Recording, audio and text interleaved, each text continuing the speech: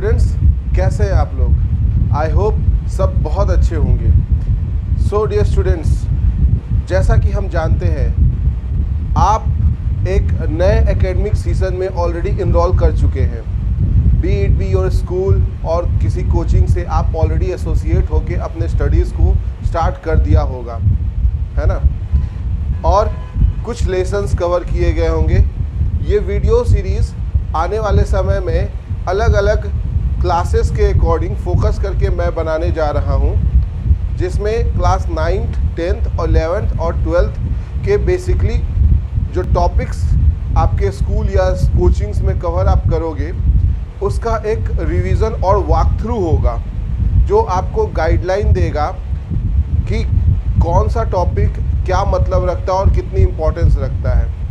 इसमें पहला ये चीज़ हो गया जिसको हम लोग कवर करने जा रहे हैं। दूसरा, जो लोग जैसे अगर 9th 10th की बात कर लें तो बच्चे इस पीरियड ऑफ एजुकेशन में अक्सर कॉम्पिटिटिव एग्ज़ाम्स को फेस करते हैं, लाइक NTSC हो गया, NSAJS हो गया, NSO हो गया, KVPY हो गया। Even for students those who are preparing for engineering, अगर वो KVPY फेस करते हैं तो उसमें क्या है कि कुछ पोर्शंस बायोलॉजी के पूछे जाते हैं, जिसमें टॉपिक्स तो वही होता है जो आपने 9th 10th में पढ़ा होगा, लेकिन थोड़ा डिटेल, जैसे कि उसमें कुछ पोर्शन 11th 12th के भी कवर करके आपको पूछे जाएंगे। ठीक है, तो आने वाले वीडियो सीरीज़ में ये जो वॉक थ्रू हम लोग करने जा रहे हैं, इसमें रेगुलर इंटरवल पे आपको टॉपिक्स का रिवीजन के साथ साथ कुछ क्वेश्चनेयर भी मैं डिस्कस करूँगा, है ना? अपने लाइव इंस्टाग्राम चैनल से हुआ कि मेरे लाइव इंस्टाग्राम चैनल को भी से भी आप जुड़े, जिसका नाम मैं आपको यहाँ पे स्क्रीन के पास शो हो रहा होगा, है ना? इस नाम से मेरा इंस्टाग्राम पेज है, जहाँ पे आने वाले समय में हम लोग डाउट्स कवर करने के लिए एक इंटरेक्टिव सेशन रखेंगे अपने स्टूडेंट्स के साथ, जिसमें कुछ सीनियर टीचर्स को भी इन्वॉल्व करूँगा अलग अलग सब्जेक्ट्स के, है ना? जिसमें आने वाले समय में हम लोग नीट के पेपर्स को डिस्कस किया करेंगे। ओके, सो अभी जो सीरीज़ आने वाला है वो उसका ये पार्ट 1 है, जिसमें जो टॉपिक मैं कवर करने जा रहा हूँ ये है बेसिकली क्लास 10th का topic, which is life processes.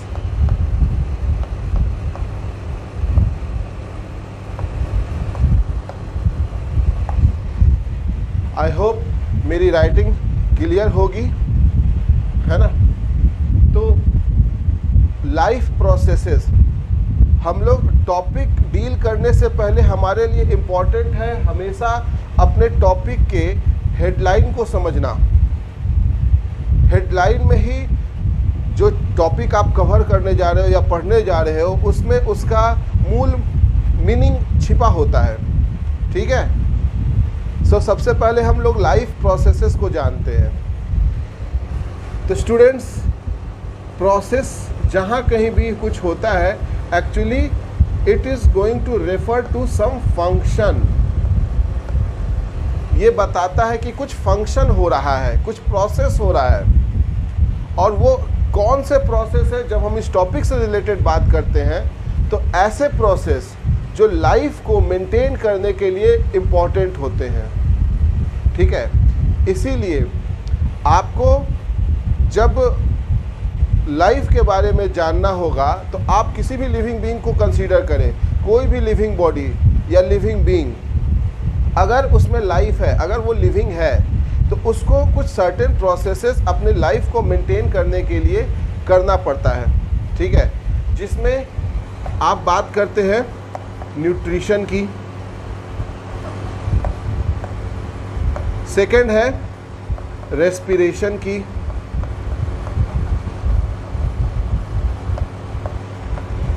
Third है ट्रांसपोर्टेशन की,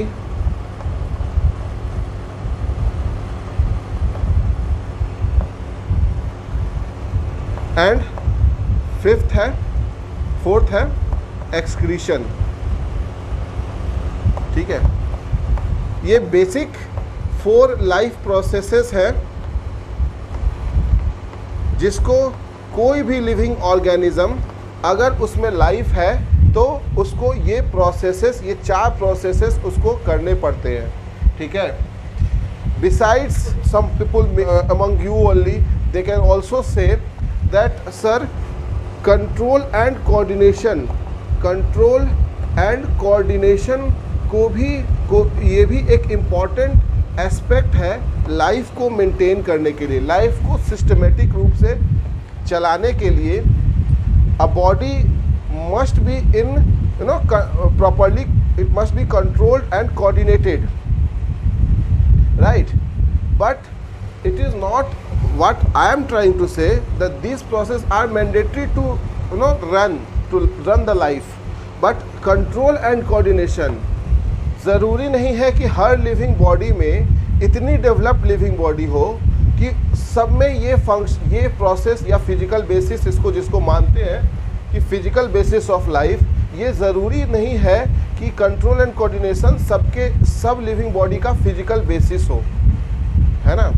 like we have organisms which are very microscopic, very small, very simple in their body structure, body plan, like unicellular bacteria, है ना, जिसमें या सम smaller multicellular organisms, जिसमें जो body है वो बॉडी प्रॉपरली डिज़ाइन नहीं होती है, एक सिस्टमेटिक रूप से डिज़ाइन नहीं होती है, और सिस्टमेटिक रूप से वहाँ पर 1 और 2 सेल ही आपस में कुछ फंक्शंस कर रहे होते हैं जो एक दूसरे से ज़रूरी नहीं है कि एसोसिएट होकर के फंक्शन करें। ये कब इम्पॉर्टेंट है? जब बॉडी सेल से डेवलप हो चुका है टिश्यू में, तो टू सम एक्सटेंट टिश्यू में इसकी ज़रूरत में भी पड़ सकती है ना।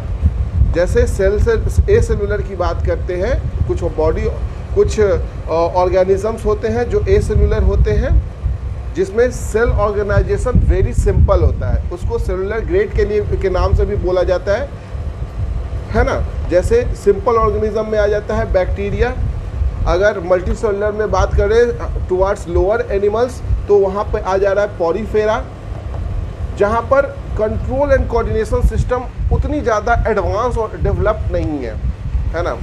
वेयरएज सम टिश्यू लेवल की बात करें तो यहाँ पे सिलेंट्रेट्स की बात करते हैं, सिलेंट्रेटा, तो वहाँ पर some amount of systematic coordination may be seen, okay. तो जब तक ये बॉडी डेवलप नहीं होगी, ऑर्गन नहीं डेवलप होगा, ऑर्गन सिस्टम नहीं डेवलप होगा, है ना, तो ऑर्गन सिस्टम जब तक अगर डेवलप हो जाता है तब इसकी रिक्वायरमेंट होती है कंट्रोल एंड कोऑर्डिनेशन की, राइट। तो इसीलिए इसे हम अलग से, इसका टॉपिक जो है वो अलग से दिया गया है। आपको इन चारों टॉपिक को एक चैप्टर के अंदर कवर किया गया है, जबकि कंट्रोल एंड कोऑर्डिनेशन को अलग बताया गया है, राइट। सो अब हम आगे बढ़ते हैं अपने जो आज का टॉपिक है लाइफ प्रोसेसेस को हम लोग बारीकी से समझते हैं।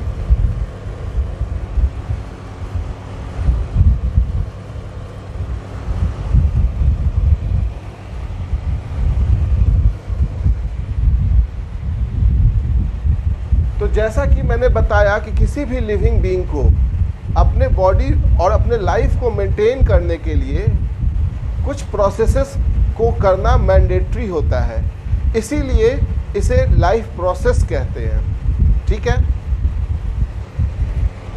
तो सबसे पहले इसमें जैसे हम लोग ने डिस्कस किया, पहला आता है हमारा न्यूट्रिशन।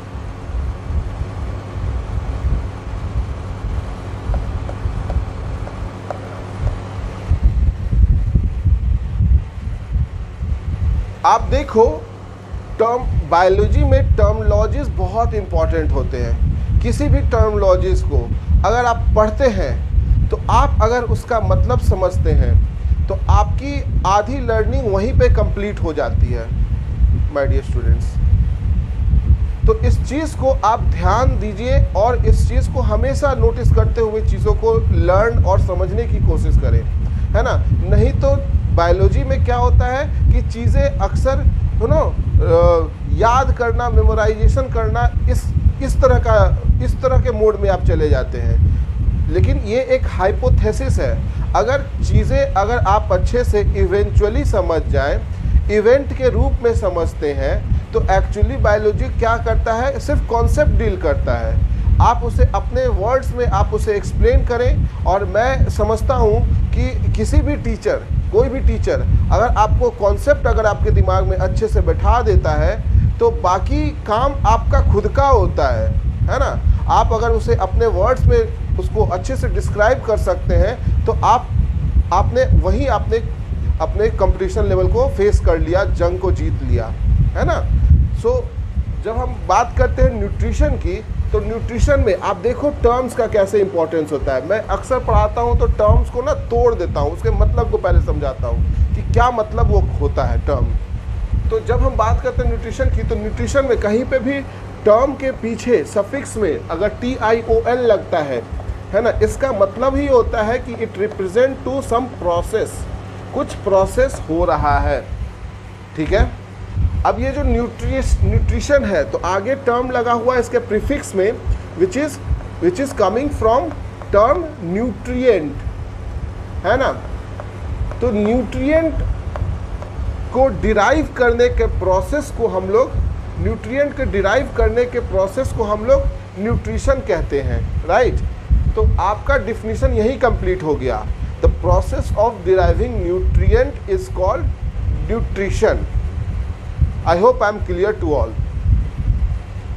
जब हम न्यूट्रिशन कवर कर लेते हैं, तो हम लोग समझते हैं कि भाई न्यूट्रिएंट क्या होता है आखिर, है ना। ये न्यूट्रिएंट जो होता है बेटा, ये एक सिंपलर सबस्टांस होता है। Simpler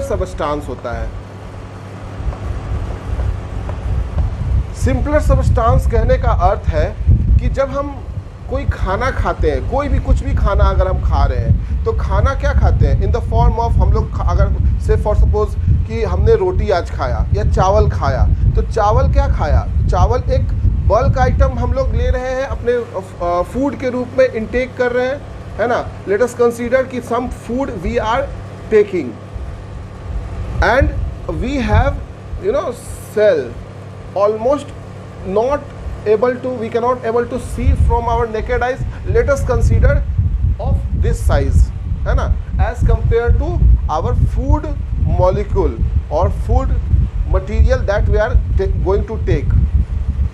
So it has to go into it. Main काम हमारा सेल में होता है। फूड हमें क्या देता है, फूड हमें एनर्जी देता है to do any process of our life, ठीक है। तो वो एनर्जी हमें कहाँ जाके मिलता है, वो सेल में मिलेगा। और सेल में तभी मिल पाएगा जब ये फूड जो है इसका ब्रेकडाउन हो सके न्यूट्रिएंट के फॉर्म में, सिंपलर सबस्टांसेस में। फॉर एग्जांपल जैसे ये फूड है, तो ये क्या है, कॉम्प्लेक्स है, कॉम्प्लेक्स सबस्टांस है, अभी कॉम्प्लेक्स फॉर्म में है, जिसमें nutrient as well as waste,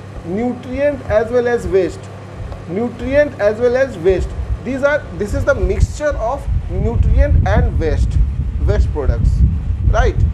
तो इसका जब ब्रेकडाउन होगा तभी तो ये आखिर इतना छोटा बन पाएगा, इस फॉर्म में आ पाएगा, and then only it can be derived by the cell, ठीक है। इतना माइक्रोस्कोपिक है कि आप वैसे भी अपने मेरे इस बोर्ड पे आप देख नहीं पा रहे होगे, है ना। तो ये कॉम्प्लेक्स फॉर्म से क्या सिंपलेस्ट फॉर्म में आ चुका है, अपने सिंपलेस्ट फॉर्म में आ चुका है।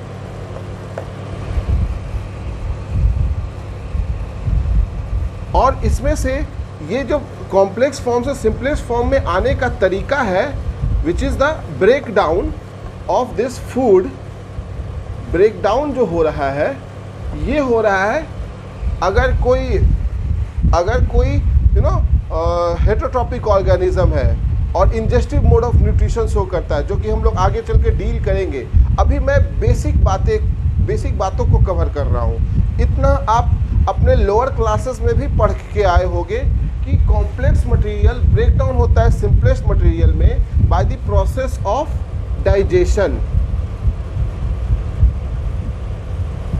तो डाइजेशन जो है, आप जब डाइजेशन पढ़ेंगे तो आप जानेंगे कि डाइजेशन जो होता है ये टू वे प्रोसेस है, जिसमें एक प्रोसेस होता है फिजिकल प्रोसेस, जहाँ पर एलिमेंट्री कैनाल और elementary structure starting from our mouth और buccal cavity to till it goes to anus, वहाँ तक एक ट्यूबुलर पैसेज है, फिजिकली इट इज़ प्रेजेंट, है ना।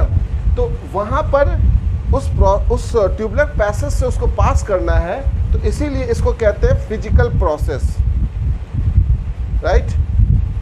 लेकिन अगर हम डाइजेशन की बात करते हैं तो डाइजेशन क्या होता है, सिर्फ और सिर्फ फिजिकल प्रोसेस ही इन्वॉल्व नहीं होता है, इसमें केमिकल प्रोसेस इसके ब्रेकडाउन में कुछ केमिकल्स भी इन्वॉल्व होते हैं, like for example enzymes, right.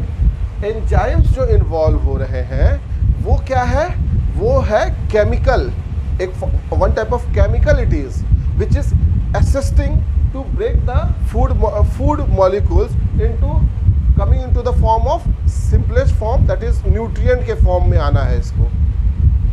I hope you are all getting my point what I am trying to say, right. तो हमने जाना कि कॉम्प्लेक्स फॉर्म से सिंपलेस्ट फॉर्म को न्यूट्रिएंट कहते हैं, ठीक है। और एक्चुअली सेल में न्यूट्रिएंट्स की रिक्वायरमेंट होती है, ठीक है। तो न्यूट्रिशन का मतलब ही हो गया कि deriving nutrient into the cell, है ना, into the cell simplest form में। अच्छा, ये जो सिंपलेस्ट फॉर्म है, ये दो तरीके का फॉर्म, ये जो न्यूट्रिएंट है बेसिकली ये दो टाइप के हो सकते हैं, ऑर्गेनिक जिसको हमारे बॉडी में रिक्वायरमेंट होती है, ऑर्गेनिक एंड इनऑर्गेनिक न्यूट्रिएंट्स की, है ना। अब इससे आप कंफ्यूज मत होना, ऑर्गेनिक और इनऑर्गेनिक न्यूट्रिएंट्स से कहने का मेरा तात्पर्य ये है कि जो भी हम लोग खाना खाते हैं तो कुछ ऐसे न्यूट्रिएंट्स होते हैं जो सराउंडिंग में फ्रीली अवेलेबल होते हैं, ठीक है, और कुछ ऐसे न्यूट्रिएंट्स होते हैं जो कहीं ना कहीं किसी लिविंग बॉडी में पहले बना होगा, उसे हम डिराइव कर रहे हैं, है ना। तो कभी अगर वो लिविंग बॉडी का पार्ट हो या कभी किसी लिविंग बॉडी में बना होगा, तो वैसे न्यूट्रिएंट को हम लोग ऑर्गेनिक कहते हैं न्यूट्रिएंट। ORG से भी ऐसे भी आप रिलेट कर सकते हैं कि ऑर्गेनिज्म में भी जो टर्म होता है, स्टार्ट होता है, ORG से होता है, ठीक है। तो इसका मतलब ये है कि it is all this nutrient must be have been prepared under the body in the body of living organism, या it is a part of living organism, जिसमें हम जानते हैं कि हम लोग क्या क्या खाते हैं। आपको पता है ना, न्यूट्रिएंट के फॉर्म में कार्बोहाइड्रेट लेते हैं, प्रोटीन लेते हैं, फैट लेते हैं, These are the primary basic nutrients, जिसमें भी कार्बोहाइड्रेट हमारा मेन है। Why? Because carbohydrate is I hope आपको दिख रहा होगा, जो कार्बोहाइड्रेट है ये क्या है, प्राइमरी सोर्स ऑफ एनर्जी है। This is our primary source of energy, main source of energy. जबकि फैट हमारा स्टोर्ड फॉर्म ऑफ एनर्जी होता है, ठीक है। तो हमें इंस्टेंट जो एनर्जी, आप ग्लूकोन डी पीते होंगे अक्सर, आप तबीयत ख़राब होती है, बीमार पड़ते हैं, मम्मी आपको ग्लूकोन डी देती है ताकि आप वीकनेस वाले जो फेज है उससे रिकवर कर सको, स्पीडी रिकवर कर सको, और आपकी ट्रीटमेंट में वो एनर्जी असिस्ट कर सके कि आपकी ट्रीटमेंट अच्छे तरीके से जल्दी हो, ठीक है बेटा। तो जब हम कार्बोहाइड्रेट की बात करते हैं तो we can also say that it is instant source of energy. Fat की जब बात करेंगे तो it is stored form of energy. आप देखते हो, आप जानते होगे, आपने पढ़ा होगा कि फैट को स्टोर किया जाता है एडिपोज सेल्स में बीनीथ द स्किन, है ना। तो फैट वहाँ पर जब हमें मान लो कि आपने कभी ना कभी अपने लाइफ टाइम में ये देखा होगा कि जो कुछ लोग ऐसे होते हैं जो धार्मिक नेचर के होते हैं, बहुत ज़्यादा धर्म को बिलीव करते हैं, they used to tend to keep fastings. आजकल तो वैसे तो बहुत कॉमन ट्रेंड है लोगों को मोटे से दुबला होना, है ना, दुबला होने में भी वो लोग क्रैश डाइटिंग करते हैं, है ना, फास्टिंग करते हैं। तो फास्टिंग में क्या होता है, तो ऐसा नहीं है कि हम लोग, क्या होता है, हम लोग कार्बोहाइड्रेट को अवॉइड कर रहे हैं, इंटेक ऑफ कार्बोहाइड्रेट है उसको अवॉइड कर रहे हैं, तो हमारे बॉडी में क्या एनर्जी नहीं मिल रहा है। हम लोग ऐसा थोड़ी ना कि हम लोग फिर उसी समय हमारी डेथ हो जा रही है, नहीं ना। वहाँ पर फैट जो है इम्पॉर्टेंट रोल प्ले करता है, which was actually it was stored, है ना, स्टोर्ड। जब हम लोग खाना खाते हैं तो कुछ फॉर्म ऑफ एनर्जी हमारा उसी समय कंज्यूम हो जाता है, विच इज़ कार्बोहाइड्रेट। लेकिन जो हमारा बॉडी अगर मान लो कि अभी उसको रिक्वायरमेंट नहीं है, उस एनर्जी को उसने डिराइव तो कर लिया है, लेकिन उसको क्या करना है, उसको फ्यूचर के लिए यूज़ करना है। तो हम लोग अक्सर फ्यूचर में जो चीज़ यूज़ करना होता है तो उसे हम लोग एक जगह पे स्टोर कर देते हैं। तो स्टोर करने का स्थान एडिपोज सेल्स है, वहाँ पर फैट को स्टोर कर दिया जाता है। जब हमारे पास इनटेक ऑफ कार्बोहाइड्रेट नहीं हो रहा होता है तो उस दौरान हमें फैट का ब्रेक डाउन करके उसे ग्लूकोज में कन्वर्ट करके देन एनर्जी को डिराइव करते हैं, राइट। तो this is the metabolic process of our body. तो ये सब चीज़ें हैं।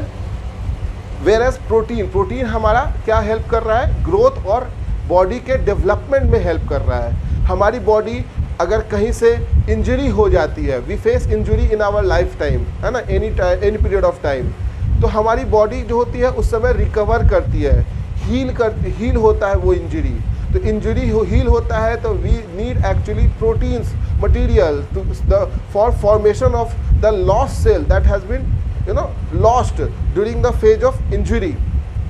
तो न्यू सेल्स जो आएंगे वो भी तो क्या होंगे, वो प्रोटीन से ही डिराइव करके, प्रोटीन ही वो, हमारी पूरी बॉडी क्या है, प्रोटीन से ही बनी हुई होती है मैक्सिमम। तो protein plays important role in body development as well as growth of the body, ठीक है। तो इसके लिए ये ज़रूरी होता है। लेकिन वहीं पे बात करते हैं इनऑर्गेनिक की, तो इनऑर्गेनिक में हमारा होता है विटामिन्स एंड मिनरल्स। अक्सर हम बीमार पड़ते हैं तो हमें क्या होता है, जब डॉक्टर्स के पास विजिट करते हैं तो डॉक्टर हमें सजेस्ट करते हैं कि बेटा आप फ्रूट्स और वेजिटेबल्स इंटेक करना स्टार्ट करो, ठीक है ना। क्यों कहते हैं, क्योंकि वहाँ पर हमें कहीं ना कहीं विटामिन्स और मिनरल्स की कमी हो जाती है, जिसके कारण भी हम लोग वीकनेस फील करते हैं, है ना। तो हमें अभी मैंने बताया कि हमारे बॉडी को स्पीडी रिकवर करने के लिए हमें एनर्जाइज्ड होना पड़ेगा। हमारे बॉडी इंटरनली इतनी एनर्जी होनी चाहिए कि उस फेज को हम लोग आसानी से रिकवर कर लें।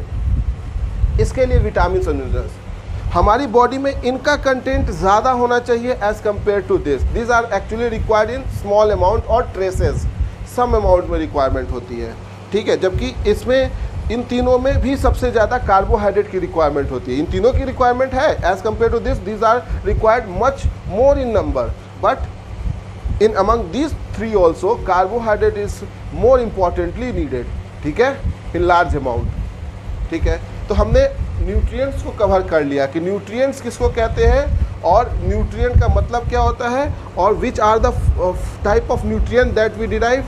ये सब चीज़ें आपको शुरुआत के टॉपिक में पढ़ना है।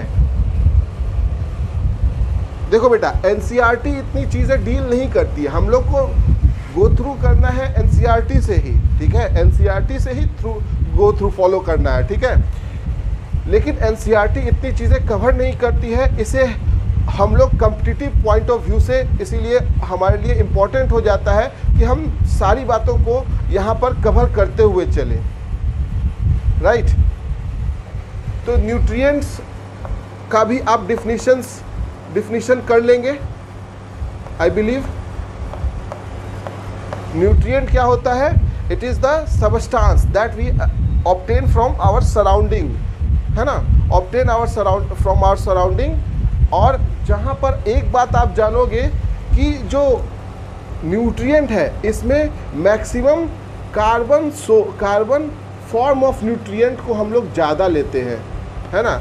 चाहे आप कार्बोहाइड्रेट की बात करो, कार्बोहाइड्रेट में भी कार्बन आपको मिलेगा, प्रोटीन की बात करो वहाँ पे भी कार्बन मिलेगा, आप फैट की बात करो वहाँ पे भी कार्बन मिलेगा। तो actual form of energy is our we notice here that it is carbon, है ना, कार्बन फॉर्म या कार्बन सोर्स। लेकिन कार्बन सोर्स का जो अलग अलग ऑर्गेनिज्म में जो कार्बन सोर्स का डेरिवेशन है वो अलग अलग फॉर्म में होता है, राइट। जैसा कि हम जानते हैं, अपने लोअर क्लासेस में पढ़ा था हमने कि there are variety of living organism living on earth, ठीक है। तो क्या सभी एक ही तरह के फूड को डिराइव करेंगे क्या, है ना? इस बात को सोचने की ज़रूरत है, राइट बेटा। तो अलग अलग ऑर्गेनिज्म अलग अलग तरीके से खाने को अपने डिराइव करते हैं। That means they are deriving, there are various mode of deriving carbon in their body, in the body of living organism, not only our body. We are discussing right now with respect to every living organism surviving on earth, ठीक है। तो carbon source और carbon form अलग अलग हो सकते हैं, ठीक है। This is why we now need to understand the mode of nutrition. We are required to study the mode of nutrition of different organism, है ना। तो next topic that we are going to deal is our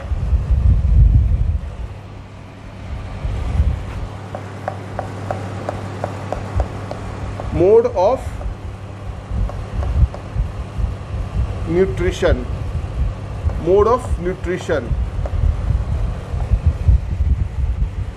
When we say mode, what do we mean by mode? क्या मतलब होता है mode का? Mode refers to method of deriving nutrition या deriving nutrient, इसको हम लोग कहते हैं mode.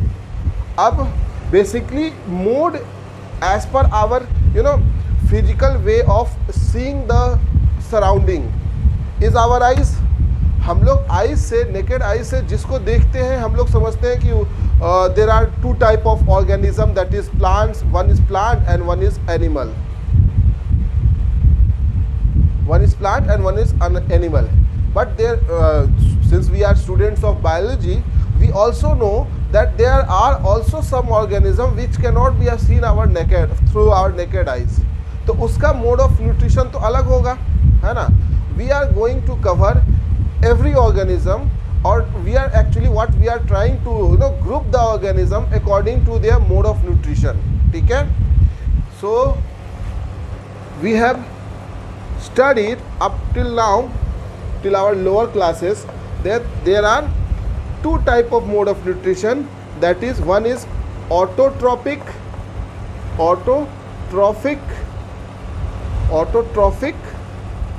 mode of nutrition, and another is heterotrophic mode of nutrition. But heterotrophic mode of nutrition I am going to write over here because, अच्छा चलो उसको discuss करते हैं। heterotrophic mode of nutrition, and then there is a mixture of these two nutritions. There are certain organisms which are not completely autotrophic and not completely heterotrophic, right? So they can fall under, or they can be put under the category of symbiotic nutrition, or mixotropic, mutualistic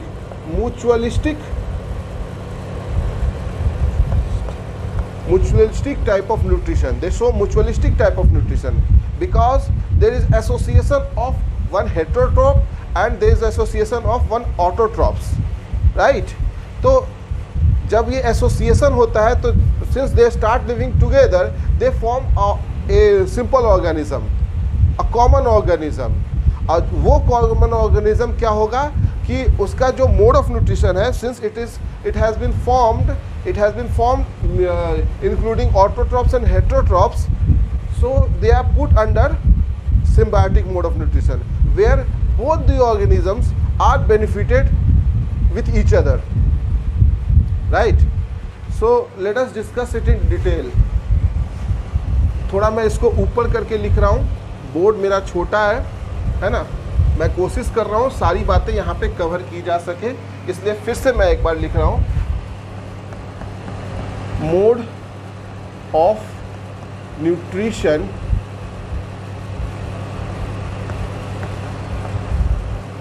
is of, now you know that it is of 3 types. There are some biologists which will also say that symbiotic, they are not wrong.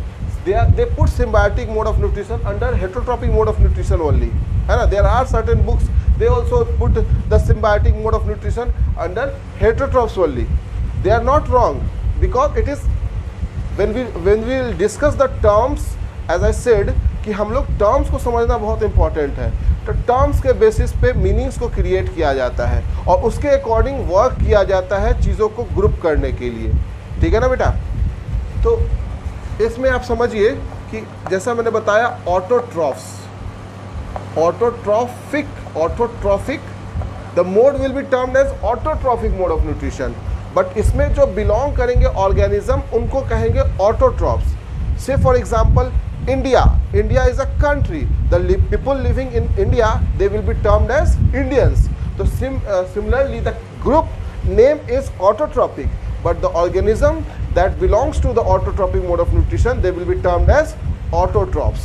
Right? Now, second we call it as heterotrophs. Heterotrophs. Yeah, heterotrophic. Heterotrophic होगा ना? Heterotrophic. Hetero means देखो auto का मतलब जहाँ होता है, auto means something which is self guided, automatic हो रहा है. आपने पढ़ा होगा ऑटोमेटिक. तो ऑटोमेटिक का मतलब क्या होता है? Self guided. तो यहाँ पर जो मोड ऑफ न्यूट्रिशन होगा वो सेल्फ गाइडेड होगा. मतलब it the organism will depend on their self only for their mode of nutrition. But here the term hetero refers to that it is refers to other or different.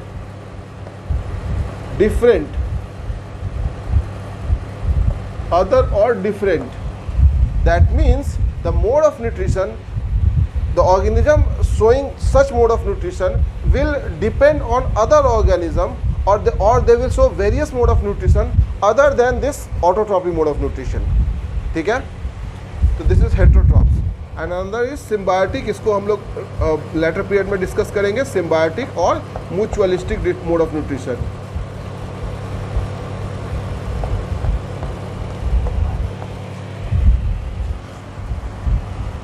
जब हम autotrophs की बात करते हैं तो हमने अपने लोअर क्लासेस में पढ़ा था, सिर्फ ऑटोट्रॉफ्स में आप बात करते थे green plants which carry the process of photosynthesis, and photosynthesis is a type of autotrophic mode of nutrition. लेकिन आप क्लास 10th में है, आपको कंपटीशन फेस करना है, आपको चीज़ों को वाइडली एक्सप्लोर करना है, चीज़ों को समझना है. तो आपको सिर्फ और सिर्फ ग्रीन प्लांट, अभी आप छोटे क्लासेस की बात के हिसाब से नहीं चल सकते हैं, है ना. सिर्फ ग्रीन प्लांट नहीं होगा. यहाँ पर ऑटोट्रॉपिक मोड में भी variety of autotrophic mode of nutrition है. Not only green plant. आप आगे चल के पढ़ोगे या अपने हायर क्लासेस में, अपने रिसेंट क्लासेस में भी पढ़ोगे कि apart from green plant there are certain organisms like bacteria, say for example bacteria, है ना, algae, they also show the phototropic mode of nutrition और ऑटोट्रॉपिक मोड ऑफ न्यूट्रिशन, है ना. they tend to prepare their food by their self, and they depend on their self only for their food derivation, right. So there are photoautotrophs,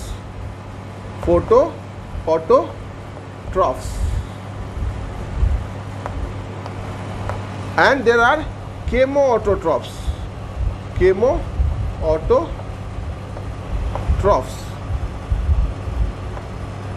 या traffic होगा ना, group का नाम traffic, और इसमें belong करने वाले ऑर्गेनिज्म को ट्रॉफ्स. ठीक है, कंफ्यूज नहीं होना है हमें. ठीक है. तो photo refers to light energy. Why light energy? क्योंकि एक्चुअली लाइट एनर्जी भी तो क्या होता है एक्चुअली. देखो, फोटो जो आया टर्म, ये आता है टर्म, ये बना टर्म फोटोन से, फोटोन. एंड अगर आपको पता हो, कुछ बात लोगों को पता होगा, कुछ लोगों को नहीं भी पता हो सकता है, कोई बड़ी बात नहीं है. फोटोन हमेशा light, small energy packets of light जिसमें एनर्जी एनर्जी होती है, some amount of energy content होती है ना। क्लोरोफिल पिगमेंट क्या होता है कि जो सोलर एनर्जी है उसको स्मॉल एनर्जी पैकेट्स के रूप में ट्रैप करता है, ठीक है। जो स्मॉल एनर्जी पैकेट्स जो फॉर्म होते हैं उसको हम लोग कहते हैं photon, that will have some amount of energy. That energy has been derived or taken from the source, that is solar energy. Since because photon refers to light energy, therefore we can say that photo refers to light energy, ठीक है, light energy. Autotrophy का मतलब तो यहीं पे clear हो गया, traffic refers to mode, और यानी कि यहाँ पर क्या होगा, सेल्फ मोड। तो यहाँ पे लाइट यूज करते हुए सेल्फ मोड ऑफ न्यूट्रिशन को कहेंगे photo autotrophic mode of nutrition. Am I right? तो ये आप मेरे ख्याल से आप समझ चुके होंगे कि photo autotrophic mode of nutrition क्या होता है। जब photo autotrophic mode of nutrition आप समझ गए होंगे तो आप साथ साथ में समझ गए होंगे कि chemo autotrophic mode of nutrition क्या होता है, ठीक है। तो केमो ऑटोट्रॉपिक मतलब यहाँ पर क्या होगा, यहाँ पे जो ऑर्गेनिज्म है वो केमिकल्स का यूज करेंगे as their source of energy to derive the food, for making the process of food. तो ये होता है, ठीक है ना बेटा। यहाँ पर एक और बाइफर्केशन है, इसको भी आप समझ लें। आपने अपने लोअर क्लासेस में एक छोटा सा मैं रेफरेंस लेके चलता हूँ, अभी मैं फोटोसिंथेसिस पढ़ा नहीं रहा हूँ बट उसके इक्वेशन का रेफरेंस लेके मैं यहाँ पे कह सकता हूँ कि जब भी आपने अपने लोअर क्लासेस में थोड़ा सा आइडिया लिया होगा फोटोसिंथेसिस के बारे में, तो आप जानते हैं कि रॉ मटेरियल तो ये होता है CO2 NH2O, जिसको कंबाइन करके कार्बोहाइड्रेट का फॉर्मेशन होता है विच इज़ C6H12O6, लेकिन साथ में ही आपको वाटर प्लस ऑक्सीजन का भी रिलीज होता है ना, ऑक्सीजन भी रिलीज होता है। तो फोकस ऑन दिस पार्ट कि ऑक्सीजन जो ऑर्गेनिज्म अपने फोटोसिंथेसिस प्रोसेस के दौरान है ना ऑक्सीजन रिलीज करे तो वैसे ऑर्गेनिज्म को कहते हैं ऑक्सीजेनिक, है ना। और जो ऑर्गेनिज्म अपने फूड मेकिंग प्रोसेस के दौरान ऑक्सीजन रिलीज ना करे वैसे ऑर्गेनिज्म को कहते हैं एनऑक्सीजेनिक। कहीं भी टर्म के आगे अगर एन लगा हो, ए लगा हो, ऑब्वियसली वॉवेल्स के हिसाब से चलता है, ओ है आगे तो इसके आगे हमको लगाना होगा एन। अगर कोई दूसरा कॉन्सोनेंट वर्ड होगा तो उसके आगे ए लगता, A cellular, C is consonant, है ना, A mitotic, M is a consonant word. तो आप ये इंग्लिश का भी थोड़ा सा कॉन्सेप्ट इसके साथ इन्वॉल्व करके आप चीज़ों को लर्न करने के पर्पज से इसको समझ सकते हैं, है ना। ऑक्सी रेफर्स टू ऑक्सीजन और जेनिक रेफर्स टू जनरेशन, ठीक है। तो यहाँ पर क्या है, ऑक्सीजेनिक मतलब oxygen is getting generated, where as here oxygen is not getting generated. An लगा हुआ है वर्ड, कहीं पे भी टर्म के आगे ए लगा हो, एन लगा हो तो इसका मतलब होता है वहाँ पर वो काम नहीं हो रहा है, एब्सेंट है या not, it is not being carried, ठीक है। बायो में इसी तरह से हम लोग टर्म्स को समझते हैं, ठीक है ना बेटा। सो मूविंग फर्दर, तो हम लोग जो ऑक्सीजेनिक है ना, actually this is the true photosynthetic mode of nutrition, right.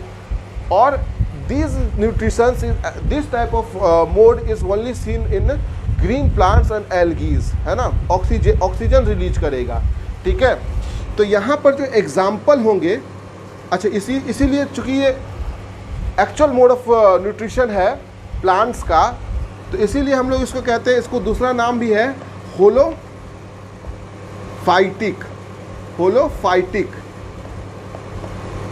है ना। होलोफाइटिक रेफर्स टू फाइटा से आया है, इसका मतलब होता है प्लांट, है ना। तो इससे भी आप समझ सकते हो कि this type of mode of nutrition is seen by green plant and algae से एल्गी शो करेगा इस तरह का मोड ऑफ न्यूट्रिशन, राइट। जबकि केमिकल जो है, केमिकल मोड ऑफ न्यूट्रिशन और अच्छा sorry anoxygenic mode of nutrition. Anoxygenic mode of nutrition जिसमें आपका एग्जाम्पल ले सकते हो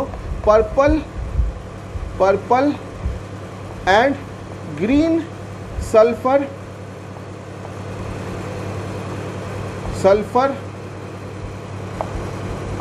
बैक्टीरिया।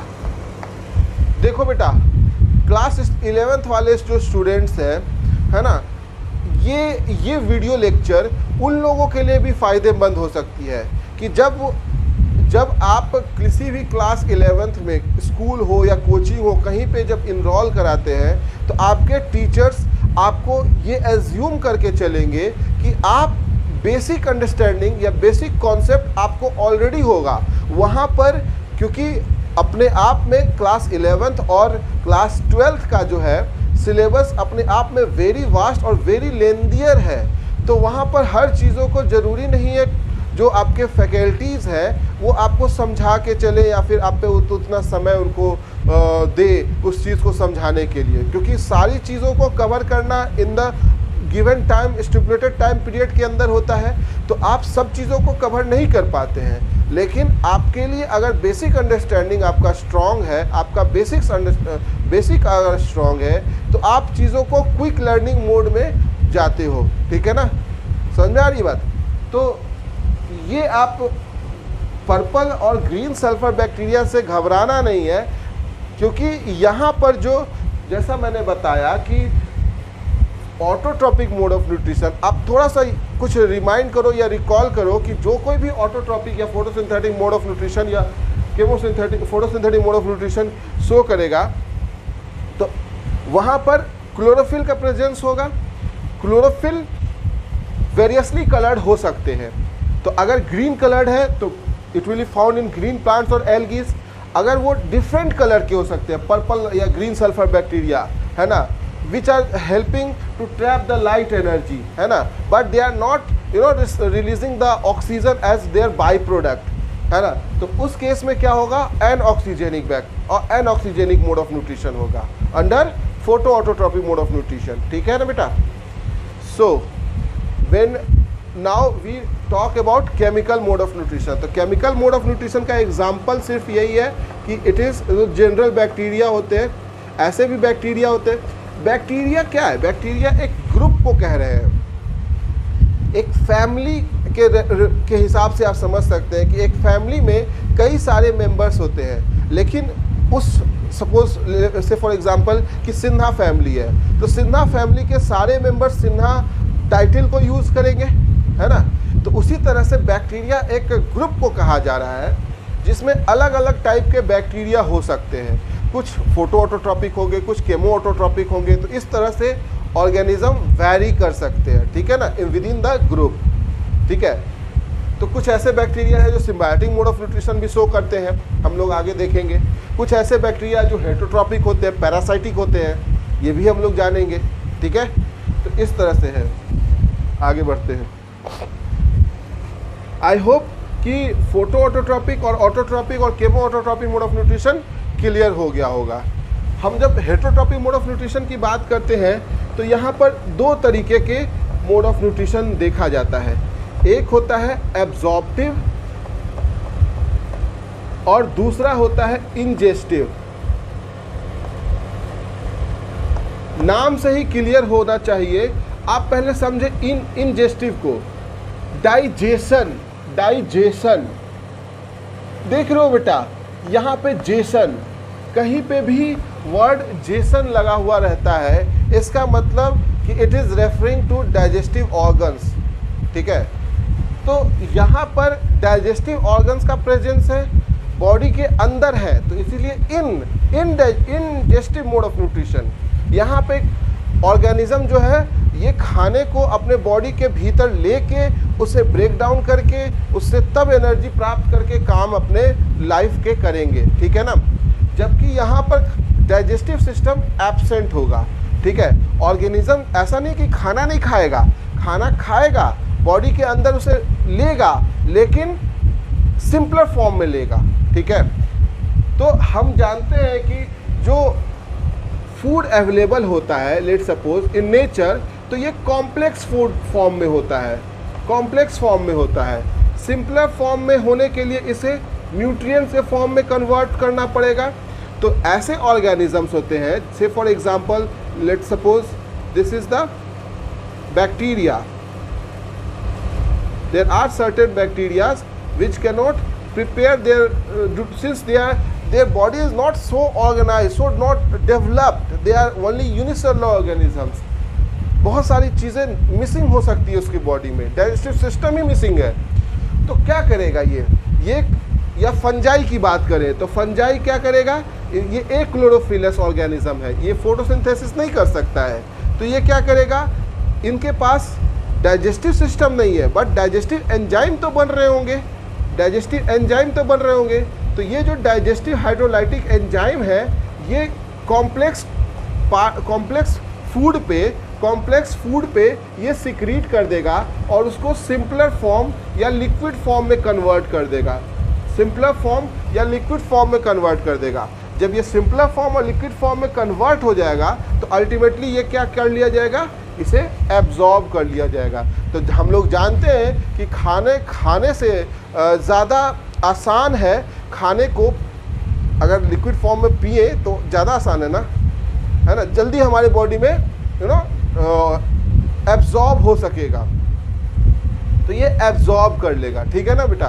तो इसीलिए since it shows the nature of absorption और hence this type of mode of nutrition is termed as absorptive mode of nutrition, ठीक है बेटा।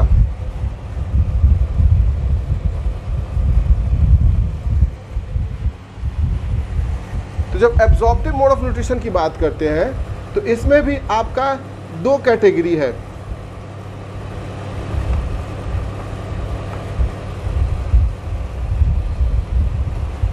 इसको मैं यहां से मिटा दे रहा हूं। एक है आपका सैप्रोफिटिक, सैप्रोट्रॉफिक बोलेंगे, सैप्रोट्रॉफिक, और एक है पैरासिटिक।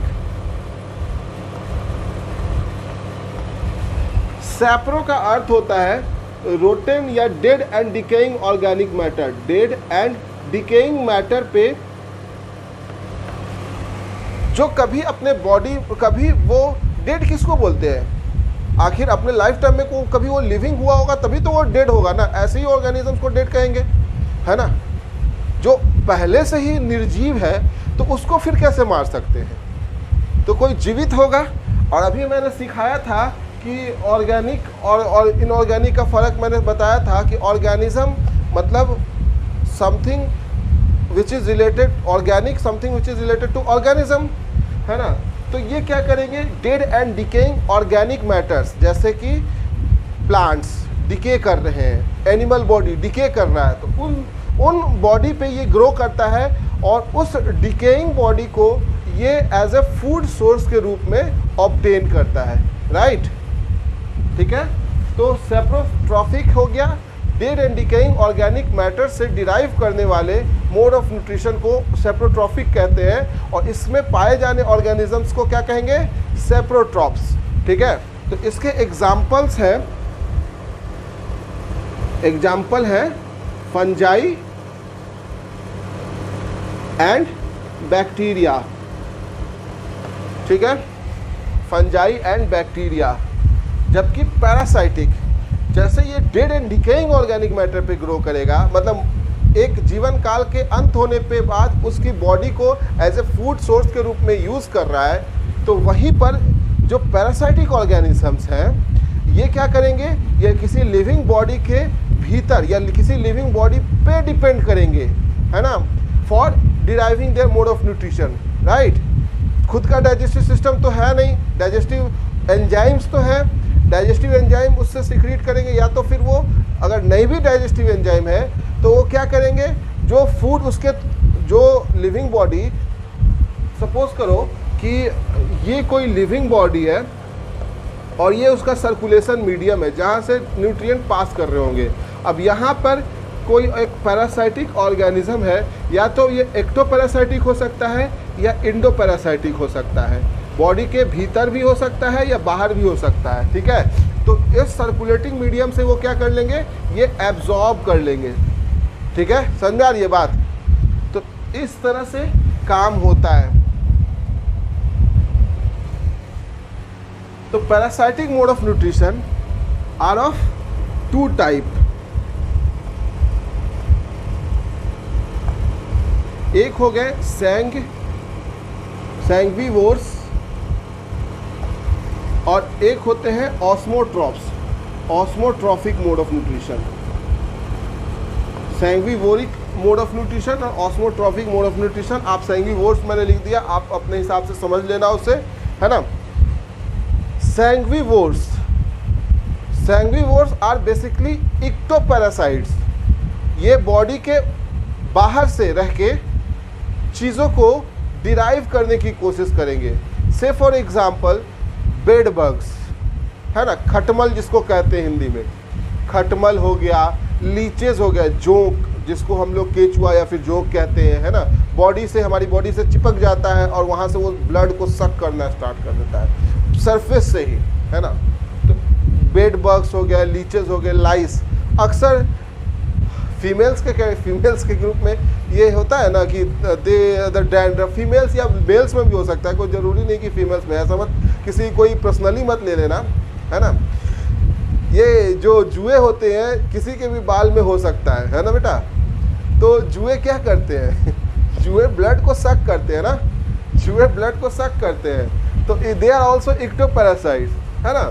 जबकि ऑस्मोट्रॉप्स की बात करें तो ऑस्मोट्रॉप्स में आपको आता है जैसे टेप वर्म हो गया, राउंड वर्म हो गया, हुक वर्म हो गया, है ना। They tend to live inside the body of the organism and derive the mode of nutrition from they are already the decomposed material which is passing through, वहाँ से वो derive कर लेते हैं अपने nutrition को, ठीक है।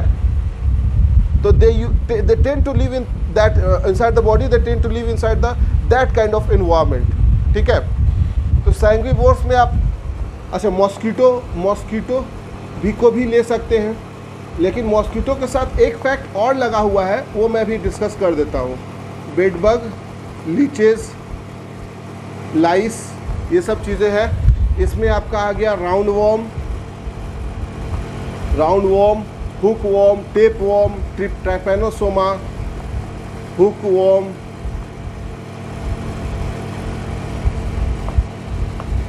तो ये सब चीज़ें हैं, ये आप देख लेना।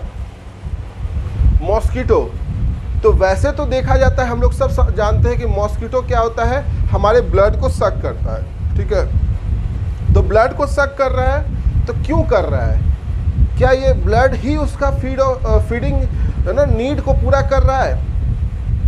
नहीं, फीडिंग नीड के लिए उसे वो दूसरे चीज़ों पे डिपेंड करता है। अक्सर आप आप अगर जानते होंगे तो फीमेल मॉस्किटो ही ब्लड को सक करती है, जबकि male mosquito they use to sit on the plant and they try to suck the plant sap as their, और they try to derive the plant sap as their mode of nutrition, as their nutrient, ठीक है। तो actually plant sap ही उसका mode of nutrition है for every group of every member of mosquito in that group, ठीक है। But the female mosquito, they try to suck the blood of humans or animals also, है ना। They depend on the blood. Why they depend? Because they used to lay egg in their lifetime, ठीक है। तो जब वो egg ले करते हैं तो आपको पता है कि एग को हैच करने के लिए एक सर्टेन टेम्परेचर की रिक्वायरमेंट होती है, ठीक है।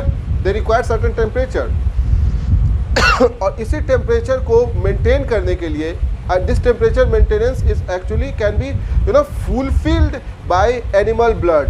एनिमल ब्लड का एक सर्टेन टेम्परेचर होता है, उस टेम्परेचर को मेंटेन करने के लिए टू हैच द एग्स, है ना, इसके लिए मॉस्किटो ब्लड पे फीड करता है, ठीक है ना बेटा। तो this is how it is. तो ये आपका सैंग्विवोर्स हो गया है। सैंग्विवोर्स पूरी तरह से ऑर्गेनिज्म पे डिपेंड नहीं करते हैं फॉर सम टाइम बीइंग्स, जब उन्हें खाने की ज़रूरत होती है। इसीलिए इसको हम लोग फैकल्टेटिव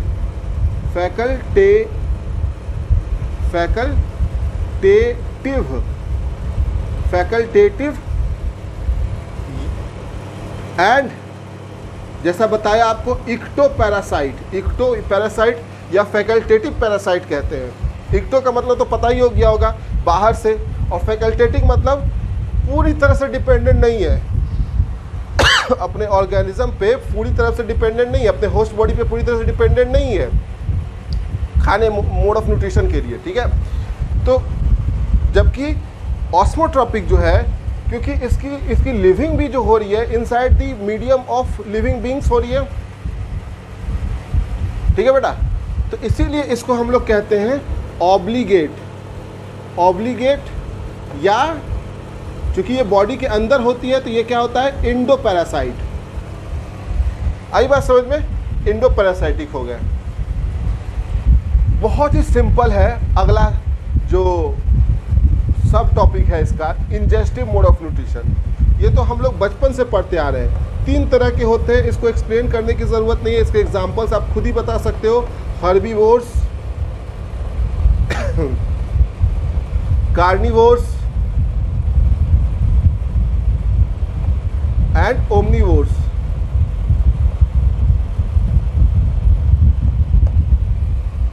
हर्बीवोर्स, कार्निवोर्स, ओमनीवोर्स, ये एक एनिमल लाइक न्यूट्रिशन होता है, तो इसीलिए इसको इंजेस्टिव को एनिमल लाइक न्यूट्रिशन भी कहते हैं। न्यूट्रिशन और होलोजोइक मोड ऑफ न्यूट्रिशन कहते हैं। देखो बेटा, जोइक जो वर्ड है ना बेटा, I am sorry, June word से आया। जून का मतलब होता है एनिमल, जबकि होलो का मतलब होता है कंप्लीट या होल, है ना। They tend to derive whole mass of the animal, whole mass of the food. Therefore we say that complete food nutrition को हम लोग होलोजोइक मोड ऑफ न्यूट्रिशन कहते हैं, ठीक है। और इसके बाद बचता है symbiotic mode of nutrition. Symbiotic mode of nutrition को हम लोग नेक्स्ट वीडियो में हम लोग डिस्कस करेंगे। आज भर के लिए बस आप देखो, मोड ऑफ न्यूट्रिशन को 2 पार्ट होते हैं, जैसा मैंने बताया आपको, ऑटोट्रॉपिक और हेटेरोट्रॉपिक। ऑटोट्रॉपिक में भी फोटो ऑटोट्रॉप्स होते हैं, केमो ऑटोट्रॉप्स होते हैं। केमो ऑटोट्रॉप्स में वैसे ऑर्गेनिजम्स जो, फोटो ऑटोट्रॉप्स में वैसे ऑर्गेनिजम्स जो लाइट को यूज़ करेंगे, जबकि केमो ऑटोट्रॉप्स में केमिकल को यूज़ करेंगे, ठीक है ना, अपने खाना बनाने के प्रोसेस को करने के लिए।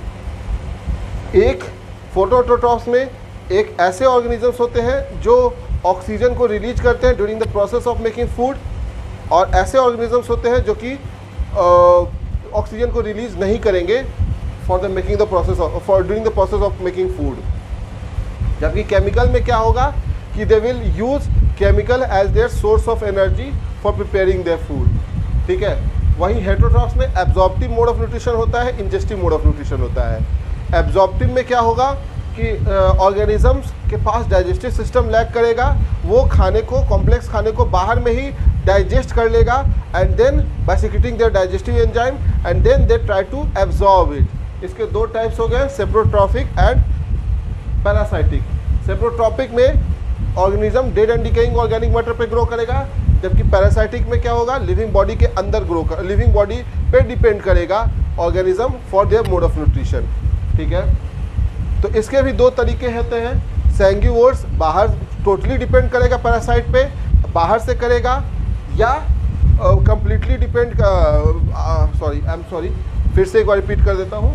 पैरासाइटिक में आपका इक्टो पैरासाइटिक है, फैकल्टेटिव पैरासाइट है, जो कि पूरी तरह से डिपेंड नहीं करेगा होस्ट पे, they are partially dependent on host. Where as obligate parasite में क्या होता है, they are completely dependent on host and they train to live inside the body of host, ठीक है। अब हम इंजेस्टिव की बात करते हैं तो इंजेस्टिव हम लोग बचपन से पढ़ते आ रहे हैं कि there are 3 type of ingestive mode of nutrition. Basically it is animal nutrition, therefore it is also termed as animal nutrition या एनिमल लाइक न्यूट्रिशन या होलोजोइक न्यूट्रिशन। ठीक है, यहाँ पे एनिमल कंप्लीट फूड को ग्रैब करेगा। ठीक है, इसमें 2 कैटेगरीज होते हैं, हर्बीवोर्स, कार्निवोर्स एंड ओमनीवोर्स। तो यहाँ तक की वीडियो में अगर आप इसको बार बार रिप्ले करके देखिए, है ना। रिप्ले करके देखने से क्या होगा, आपको बार बार चीज़ें और भी ज़्यादा क्लियरिटी से समझ में आएगी। ठीक है ना, जो चीज़ें रह गई हैं उसको क्लियरिटी से समझने के लिए आपको रिप्ले करके पॉज करके इसे आप प्ले कर सकते हैं और चीज़ों को समझ सकते हैं। साथ साथ में अपने NCERT को भी फॉलो करें और इसका चाहे तो आप जैसे मैंने बताया, आप चाहे तो अपना एक शॉर्ट नोट्स बना लें ताकि आपको ये लास्ट मोमेंट में क्विक लर्निंग में हेल्प करेगा। ठीक है ना, ये फ्लो चार्ट अपने आप में बहुत इंपॉर्टेंट है। मिलते हैं नेक्स्ट वीडियो में जिसमें हम लोग स्टार्ट करेंगे सिम्बायोटिक मोड ऑफ न्यूट्रिशन से। ठीक है, ओके फ्रेंड्स, थैंक यू।